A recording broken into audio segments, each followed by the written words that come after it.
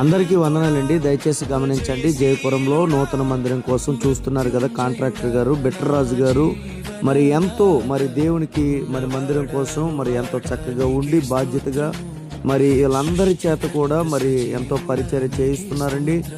ప్రభు వారిని వారి కుటుంబాన్ని దీవించాలని మనస్ఫూర్తిగా కోరుకుంటున్నాను.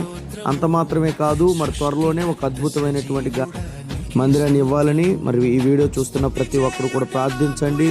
చూస్తున్నారు కదండి ఎంత ప్రయాసపడుతున్నారో. అంత మాత్రమే కాదు, మన దైవజనులు డాక్టర్ బాబురాయ్ గారు కూడా ఎంతో వెచ్చించి ఎరటి ఎండలో కూడా ఉండి ఎంతో వర్క్ చేయిస్తున్నారు.